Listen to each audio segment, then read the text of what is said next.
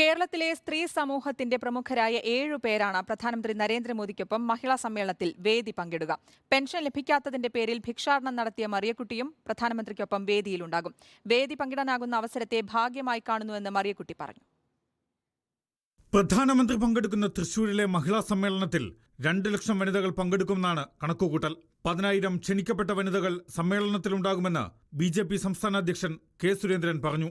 നടി ശോഭന, വനിതാ cricket team captain Minnumani, Indian Olympic association president PT Usha, Padmashri doctor Shoshamma Eapen, സാമൂഹിക പ്രവർത്തക ഉമാ പ്രേമൻ, വ്യവസായി ബീന കണ്ണൻ തുടങ്ങിയവർ വേദി പങ്കിടും.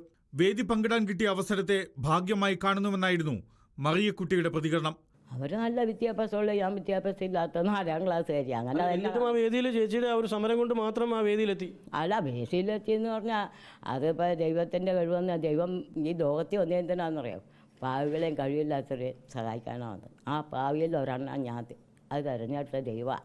സംസ്ഥാന സർക്കാരിനെതിരായ പരാതികൾ അവസരം ലഭിച്ചാൽ പ്രധാനമന്ത്രിയെ അറിയിക്കുമെന്നും മറിയക്കുട്ടി. പ്രധാനമന്ത്രി ഇങ്ങോട്ട് പൈസയെല്ലാം കൊടുക്കുന്നുണ്ട്. ഇപ്പം തന്നെ 1000 കോടി കൊടുത്തിട്ടുണ്ട്. എന്നിട്ട് കൊടുത്തിട്ട് പോലും പെൻഷൻ തീർത്ത് തരുന്നില്ല. 1 മാസം തന്നേക്കണേ. ഈ വിഷയങ്ങളൊക്കെ മറ്റുള്ളവരോടും പറയും. പിന്നെ ലോകമെമ്പാടും അറിയണ്ടല്ല, നിങ്ങളോട് പറയണേ. വനിതകൾ മാത്രമാകും സമ്മേളനത്തിൽ പങ്കാളികളാകുക എന്നാണ് BJP സംസ്ഥാന അധ്യക്ഷൻ വ്യക്തമാക്കിയത്.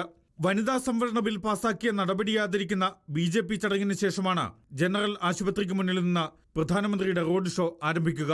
ലോക്സഭാ തെരഞ്ഞെടുപ്പ് മുമ്പിൽ കണ്ടും വനിതാ വോട്ടർമാരെ ലക്ഷ്യം വെച്ചുമാണ് പ്രധാനമന്ത്രിയെ BJP കേരളത്തിലെത്തിക്കുന്നത്.